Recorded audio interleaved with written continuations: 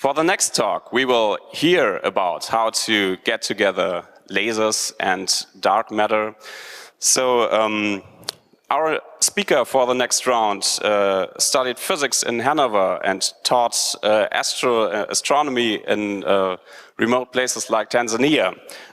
He is a postdoc at the University of Florida, where he now works on the ALPS instrument or device that he will talk to you about, and will maybe give you the chance to one day actually know that at least where the dark matter is that you might want to own.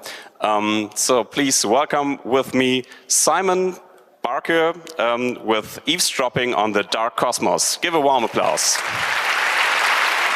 Thanks. Whoa, hi. Thanks for having me. Thank you for being here. And did you know that the screen behind me has 2 million pixels? Let's say, just for fun, let's assume this screen is all there is in the entire universe. So if that was the case, this screen would be dark for 95%. 95% of the screen would be completely invisible. There would be another like 85,000 pixels, which are utterly boring. Then we have some cool, like 10,000-ish pixels, which are made of stars. That's nice. We have elusive neutrinos making up like 6,000 pixels. And do you know what the small portion down there is? 622 pixels. That is you, that is me, that is this planet. This is all the higher elements like oxygen and carbon, like gold and plutonium. That is all there is of matter we care about, usually. Astrophysicists care about a little bit more, so they don't care about 0.03%, but more like about the 5% over there on the right. I myself care about the 95%. So I'm interested in the stuff you can't see, in the invisible dark part of the cosmos. So welcome to Eavesdropping on the Dark Cosmos. I'm here on behalf of the Max Planck Institute for Gravitational Physics in Hanover and the University of Florida in Gainesville, United States. My name is Simon Barker, and before I continue to talk about the dark side of the cosmos, I would first like to explain to you what I mean when I talk about cosmos or universe. What is our universe? So I'm pretty sure you've heard that our universe started in a Big Bang, and here we have the size of the universe over age.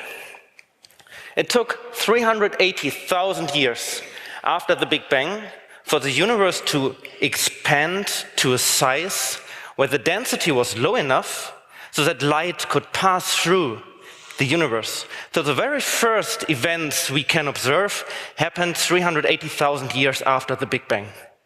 Since then, 13.8 billion years have passed, and the universe became quite bigger.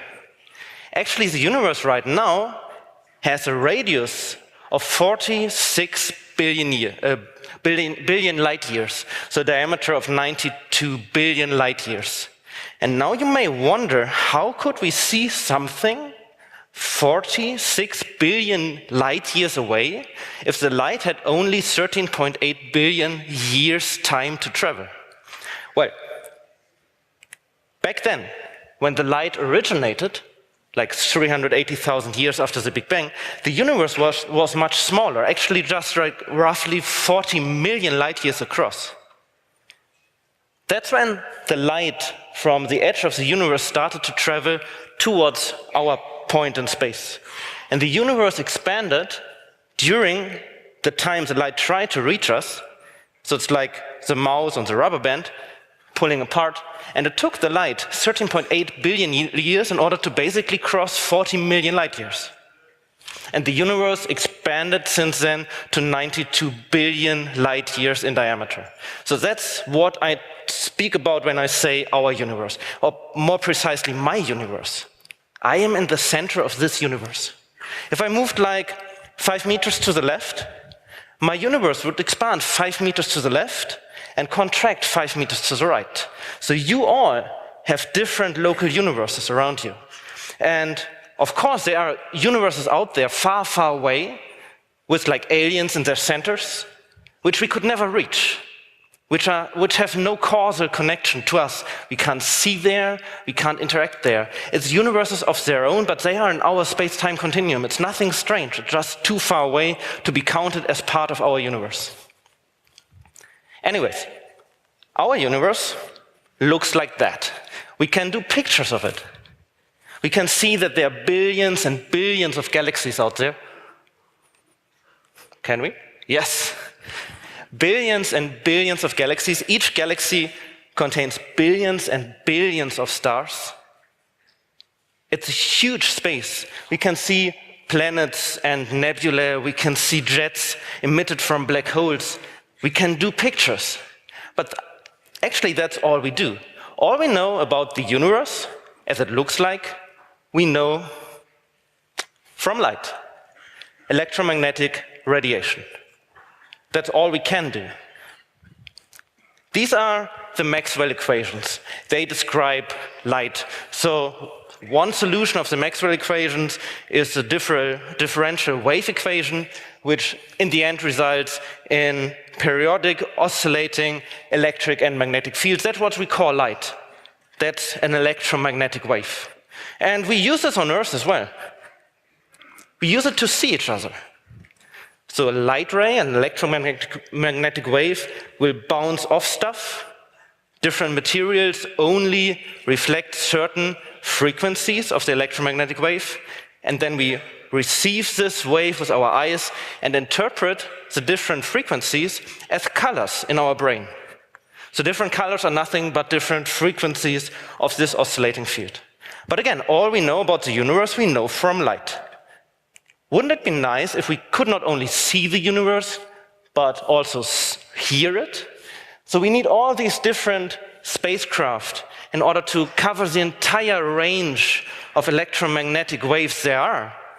But there's no way to listen to events happening out there in the cosmos. It's all still just electromagnetic radiation. So how could we listen to the cosmos? Here on Earth, we listen through pressure waves in air.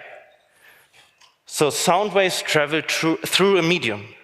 Do we have a medium in space? No, in space no one can hear you scream. That's a problem. We can't transmit sound through space. But don't we have another medium out there? In fact, we do. Since 100 years, we know from the Einstein field equations that there is something called space-time. And the Einstein field equations told us that gravity is nothing but a curvature in space-time. So you have a massive object, and this massive object is curving space-time, and then smaller objects do nothing but falling into the curvature of the space-time, this bent space-time. Like here on Earth. Earth is curving space-time, and I'm falling into the curvature of space-time. I'm attracted by the gravitational force of the Earth. That's what I feel. But in reality, it's just curved space-time. So we know there's space-time everywhere, and space-time can be curved. Can't we transmit waves through space-time? Well, we would have to see if these equations, the Einstein field equations, have wave solutions. Yes, they have. And then we would need to find conditions under which astrophysical sources could emit gravitational waves. So what does a star have to do in order to emit gravitational waves in the fabric of space-time? Some years ago, we did some YouTube videos basically exactly about that. Like, what does a star have to do in order to emit gravitational waves? And, well, just listen to YouTube for a second or so. Yeah. Normally, we would have to solve the calculations involved in Einstein's theory in order to understand. It says that for a system to emit gravitational waves, it only needs a non-zero third-time derivative of the quadrupole moment of its stress-energy tensor. Funnily enough, this is a bit complicated to intuitively understand. Yeah, that's the math. So you have the stress-energy tensor, which basically describes energy and matter. And if the third-time derivative of this quadrupole moment of the stress-energy tensor of the Einstein field equations, if that is not zero, then there will be gravitational waves. Easy enough. Actually, it is. The picture I can give you is very easy to understand. All we need in order to have gravitational waves are accelerated objects. Massive objects that maybe two stars in an orbit. or basically also me spinning. I'm accelerating my hands in a circle. This is steering up space-time. That's a non-zero third-time derivative of the stress, and so on and so forth. And these gravitational waves are transmitted throughout the entire universe. And there are lots of objects out there that are constantly accelerated. So let's take two galaxies colliding, merging, two supermassive black holes and their centers. Two black holes colliding, huge amounts of matter accelerated rapidly. You have smaller stars or small black holes, neutron stars, falling into supermassive black holes. Of course, this is accelerated matter producing gravitational waves while they fall in.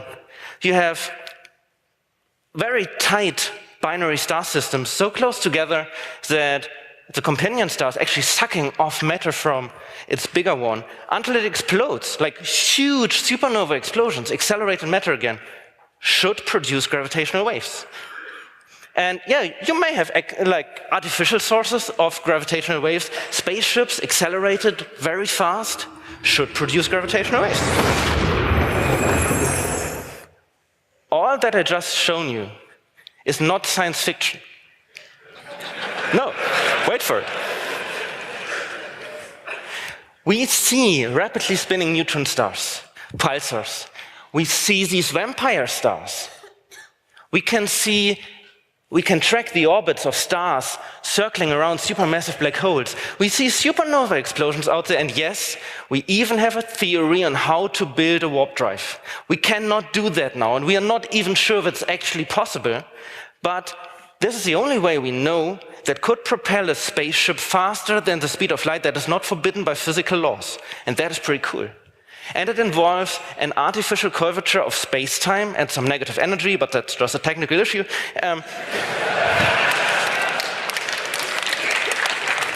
But we know that if a spaceship would enter this warp bubble, it would produce gravitational waves. So when we would detect gravitational waves, we could at least say no. No one out here in our universe is using warp drive, so maybe it's not possible at all. Or we could detect, like we have a warp drive detector now, if we have a gravitational wave detector. Let's see. So, how actually can we detect gravitational waves? The biggest effect of gravitational waves on us is a change in distance. You're sitting there where you sit and you don't move at all, and let me stand over here and not move. And now a gravitational wave is passing through the Earth. What it does is it periodically changes the distance between us by stretching space-time between us and compressing it again. So you don't move, I don't move, but our distance is changing periodically. That's a weird concept. But now we know how to detect gravitational waves. All we need to do is measure distances. Like really, really exactly. The big issue is that if a strong gravitational wave hits our solar system, then the distance between Earth and Sun will change by the fraction of the diameter of an atom. And that's like distance between Earth and Sun. So that's what we need to do. That's how precise we need to become. We need to measure the distance between Earth and Sun with the precision of one atom. Technical issues. We actually solved them. So, okay, maybe let's start first with what we expect to detect. If we could measure that, if we could measure the distance between Earth and Sun by the diameter of an atom, and then amplify the signal and convert the frequencies to audio waves, we could listen to the universe. We could listen to stars exploding, we could listen to black holes merging. And I brought some audio files of like artificially generated signals that we expect to hear. Pulsars are rapidly spinning neutron stars, and they steer up space-time at a constant motion, should just be a sine signal. So that's our sine wave. No. Here we go. That's a pulsar. These are supernova explosions. Can we turn that up a little? Make it louder? Yeah. Pulsars, supernovas. Then we have binary stars in our galaxy orbiting each other. So many of them that they will contribute to a noise floor. We have binary stars that merge and collide.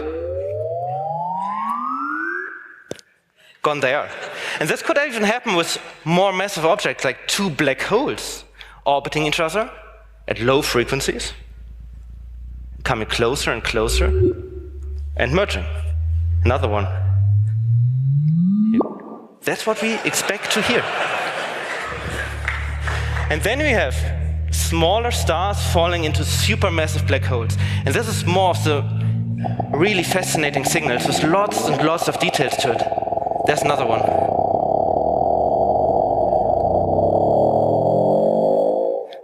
You can hear the spins aligning. You can pull out so much physics out of these signals.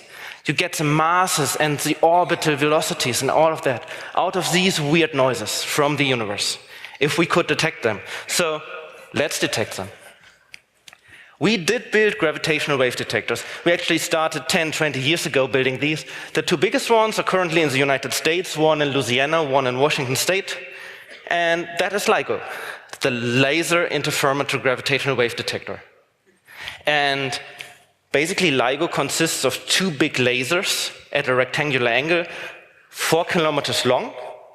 And when a gravitational wave hits the detector, the distance of one arm, or the length of one arm, will become longer and the other one will become shorter. So all we need to do is to measure the length of the two arms in order to detect gravitational waves. With only 4 kilometer long arms, we need to do that better than the fraction of an atomic nucleus. That's why it took us 20 years to build this thing. And then, last year, September 14th, I guess, need not go too far away from it. Here. Last year, September 14th, gravitational wave hit the detector. So what happened was, we are measuring the length of both arms with lasers. We are sending one laser beam to a beam splitter, reflecting it back from two mirrors, and usually we don't have light at the output port. But when the gravitational wave changes the length of both arms, we see a light flickering at the lower output on our photodetector. So all we need to look for is this flickering light. And since full brightness and no intensity at all is only like half of a wavelength, so only 500 nanometer in distance, and we cannot only detect full brightness and zero, we can detect a little brightness as well, we can go all the way down to the fraction of an atomic nucleus in measuring the distance variations between the both arms. And then the gravitational wave came, like basically a day after we switched on the device after a big upgrade, a very beautiful signal, and here it is. This is real, this is no simulation.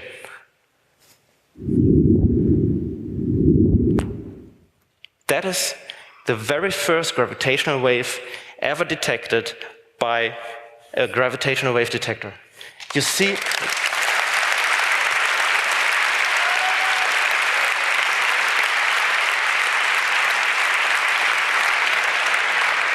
it wasn't me, it was thousands and thousands of physicists working on this thing for 10, 20 years. But it's an amazing discovery. We know that the prediction of Einstein were real. What we have here is time over amplitude, and you see that this gravitational wave we detected only lasted for 200 milliseconds. You also have the frequency plot, so the peak frequency was like 250 hertz. That kind of means that the two objects orbiting each other, producing this gravitational wave, had to orbit each other 250 times a second. That's fast. We don't do this around Sun. We can also change the pitch of the signal a little to make it. That didn't work. Sorry. Back.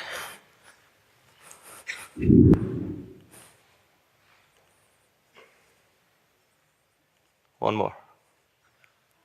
We can change the pitch a little, make it easier to hear, and then you can download all the raw data from the Open Science Center. They also provide Python scripts for you, so you can get the raw data and play with it a little, make it sound cooler. Many people did music with it, actually. That was surprising. Doesn't sound that good. But what we can do from the data, what you could actually do with the raw data, is figure out what kind of objects exactly emitted these gravitational waves. So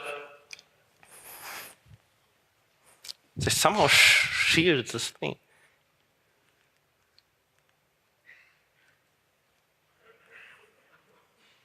Here we go. So what we found out was that these gravitational waves were emitted somewhere from the direction of the Dorado constellation,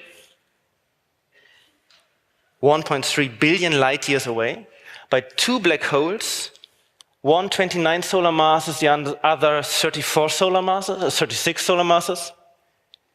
And then again, we only caught the last orbit. So this is real time here. Two black holes, more massive than our sun, orbiting each other 250 times a second and producing one giant black hole. LIGO is actually tuned to detect these high-frequency gravitational waves. That's not surprising because on Earth, everything is shaking at lower frequencies. So let's take a car, or me walking, that's a hertz. So I'm shaking the ground floor with a hertz. A cloud moving over the detector is like a few millihertz, attracting one mirror by its gravity and then pulling it to the other direction. So all the noise sources here on Earth, ocean waves at the shore, are covering up all the gravitational waves we could detect at lower frequencies. So all the stuff which is slower out there in the universe, we could never detect on ground. And like in classic astronomy, what we can't measure on ground, we measure in space, where there are no cars, no waves, no clouds, no me walking. And that is the LISA mission. So the actual proposal for the mission concept is due in January. So we are writing the mission proposal right now. And LISA consists of 3 spacecraft. They will be launched before 2034, like 2030, 32-ish. And they will build a giant laser interferometer in space. It's like playing Star Wars. You have 3 spacecraft separated by millions of kilometers, sending lasers back and forth and doing the very same thing LIGO does. They measure the distance between spacecraft. And if a gravitational wave passes the constellation, the distance changes without the satellites moving. And we can detect gravitational waves, this time at much lower frequencies in the millihertz range. And the entire constellation is so big, like 2 times, 3 times the diameter of the sun, that we can't have it in Earth's orbit anymore. It's trailing the Earth on an orbit around the sun. And you see it up there. If you want your name to be listed on the official mission concept proposal, just visit this website, fill out the information like name and your affiliation, press enter, and your name will be next to names like Stephen Hawking, who's already supporting us. So that's a historic chance to have your name at this ESA document. That would be nice, and we would appreciate it very much. Thank you. Why do we do all that? Why do we want to detect gravitational waves? Well, gravity is the dominating force in the universe. Gravity is cool because it's everywhere. It's not only in stars and neutrinos, it's not only in the heavy elements. Gravity is not only emitted by like the free helium and hydrogen in our universe. That's the 5% of normal matter we can see. Gravity is also emitted by dark matter, stuff we cannot see. Dark matter is completely invisible to us, but we know it is there because it does emit gravity. If you look at the Hubble Deep Space, that's an image taken by Hubble, and you see all these galaxies. You also see distortions, like these rings, these arcs, as if someone put a lens in front of your picture. This is gravitational lensing. These are strong gravitational fields, like curvatures in space-time, where light is like curved around this gravitational field. And then you have these ghost images of galaxies which are actually behind the gravitational field, now seen as arcs. And by doing data analysis on these pictures, we can calculate the amount of gravity in our universe. That's easy. Then we can also count the dots and get an estimate on the matter in our universe. And then we find out that it does not add up. there's much more gravity than there's matter. So the very easy solution is, well, there must be some matter we can't see, some invisible matter. And this is not the only hint we have that there must be more matter than we can see. Vera Rubin detected by observation that spiral galaxies do not rotate as they should. Like you can calculate the outer star orbital velocity from spiral galaxies, how they should be on the left-hand side, but they actually rotate like they are shown on the right-hand side. And you can only reproduce, like theoretically, the right-hand curves by adding more mass to your galaxy. So spiral galaxies must be much heavier than we see they are. So there must be more invisible matter in there. Again, there's more gravity than could be explained with the matter we see. So we have no idea what dark matter is yet, but we have many ideas. One idea is there's a theory that says there could be an interaction between photons, normal light particles, and virtual photons from electric or magnetic fields. So you have a strong magnetic field, there are virtual photons in there, and you have a normal photon, and these two photons may sometimes, on off chance, interact and produce something we call axion or axion-like particle. And these axion particles would have like very similar properties than what we expect from dark matter, like they don't interact with anything else. And all we need in order to detect them is another strong magnetic field, so these axions oscillate back into photons, and then we can detect the photons. They're like these solar axion telescopes out there already. What I'm working on right now is another project. We are building a dark matter generator. So this is ALPS. It sounds really cool, and thanks again. There are many, many physicists working on this. It's constructed in DC, in Hamburg, but I'm actually working in Florida on that, so it's all international. We are on 100-meter time scale, we are building a vacuum system with strong lasers and really strong magnetic fields, superconducting magnets, and we want to have exactly this interaction between light particles and virtual photons in the magnetic field.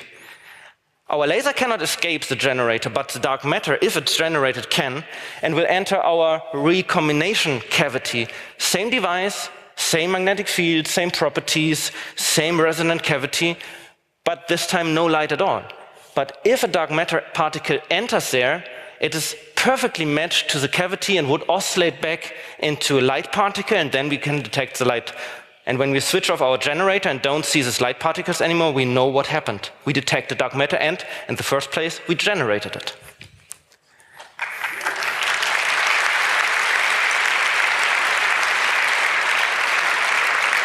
This project is hopefully finished by 2019. It's more complex than I showed it to you. Again, it's an international effort. I would like to use my final minute with the last part of our universe, which is dark energy. So dark energy actually makes up almost 70% of everything there is. What is dark energy and how do we know it exists? Again, we can't see it, we can't really feel it. Well, remember our universe. Here it is. 13.8 billion years after the Big Bang. We can measure the speed of acceleration of the universe, and we can actually see that it's accelerating in expansion. So the expansion of the universe is going faster and faster and faster. And if something is speeding up, there must be energy pushing it forward. And you can calculate, it's pretty easy actually, calculate the amount of energy necessary to speed up the acceleration of the universe in that matter. And this turns out to be equivalent to 70% of all the matter there is in our universe. And no, we have no idea what dark energy is or where it comes from. We really don't, and that's like an open field. Welcome to do research on that. The future of the universe actually is not pretty bright.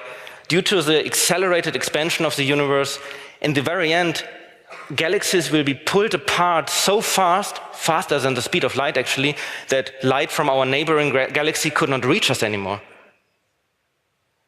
Even faster, our solar system will be ripped apart because the space between Earth and Mars is expanding so fast that light from Mars cannot reach us anymore.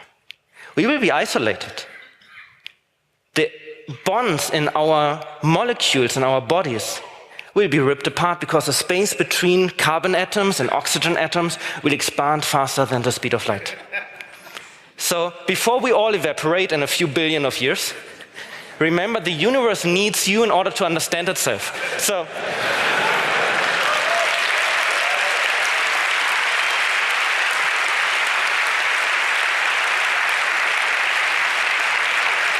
if you're interested in any of the projects I showed you, just visit the different roosters of the LISA mission, of the LIGO Corporation, of the Dark Cosmos Alps experiments.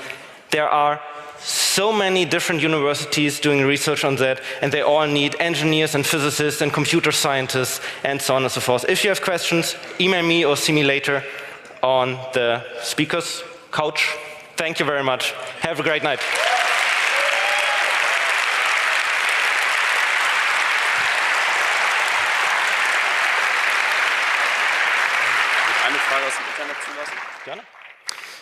Okay, thank you very much, Simon Barke. As he already mentioned, there will be a question round before Hall G. I would allow a question from the internet if there are any. Yes, there's a question. It's about the detection of gravitational waves. If gravitational waves change space-time, does it not also change the detection device, so we wouldn't detect them at all? Why does it work? Well, what basically happens is that the travel time of light from the beam splitter to the end mirror changes. And yes, everything in there changes. The entire device becomes longer and shorter, but that's exactly what we want to measure. We want to measure that the light bounce back and forth is now a little bit faster than in the other direction.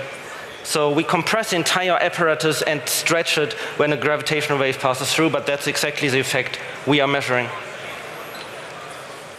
Okay, that wraps it up for today. Give another warm round of applause for our speaker.